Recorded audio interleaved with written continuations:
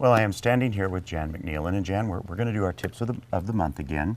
And so I see some things just right here, so let's talk about what's happening on this tree. Well, this is a dwarf magnolia, nigra, and it's always had powdery mildew, so last year I pruned it pretty hard so that I can, so that the powdery mildew wouldn't be as bad, but it's frankly just about as bad. I mean, it's even on the stems themselves. Yeah, for sure. That's and here's a new leaf coming out, a newer leaf, and then that looks all spotty and has the white mildew on it.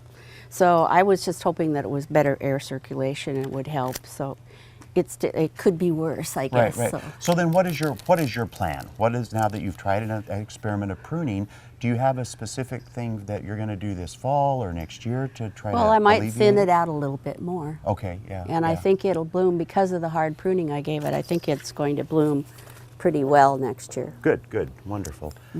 I love science. I do too.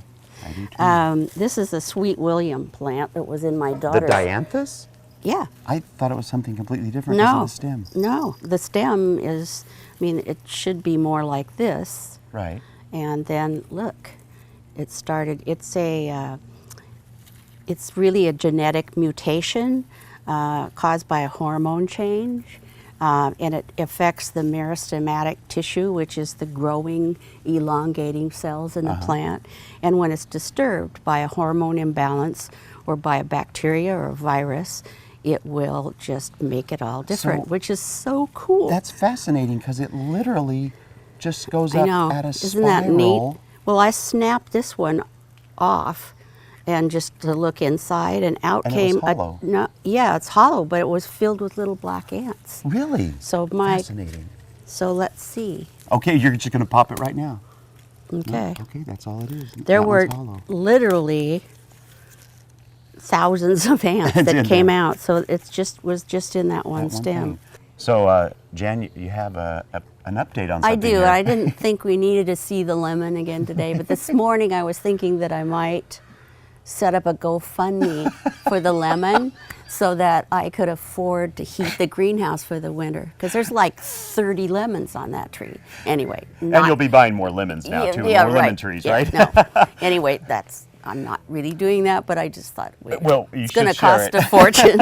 So we do have some more tips though, but let's do that at the back of the garden, shall we? We've got a lot of things to look at there. Wonderful. Okay, Jan, now we are back here in the vegetable garden, and we're standing by zucchini, so I'm going to assume that's what we're going to talk about. Yeah, a lot of times people will say, what's the matter with my zucchini? It's blooming, but I don't have any fruit on it, and it's because the male flowers come out first. Then the female flowers, then they pollinate, then there's zucchini squash. So this is a male blossom. It's way high on its stalk. Yeah, it's very tall. And down here is a female blossom, and there's a zucchini right there. So the female blossoms are down in the center, and the male blossoms are tall. And so the plant has both sexes in it, Absolutely. So it doesn't need anything. No, it doesn't. It just needs, you just need to know the difference and not worry so much. And actually the deer pretty much ate these blossoms. I thought, well, but she's not snapping those off. There's enough to pollinate right there. Wonderful. And this is one of my favorite, I just picked this, but these are tomatillos. Nice. And there's Ducky again. There is Ducky, bless her heart. And that little tomatillo now is going to grow and fill in all that paper. That whole thing. And they make wonderful salsas and sauces. Yeah, they really do. Then here is a beet, and it's called beet leaf miner, and it's a little critter that lays its eggs in between the two layers of the leaf, and then when they hatch, they eat the inside and then exit and go to something else. The way to prevent it, there's no sprays. You don't want to do that on a beet.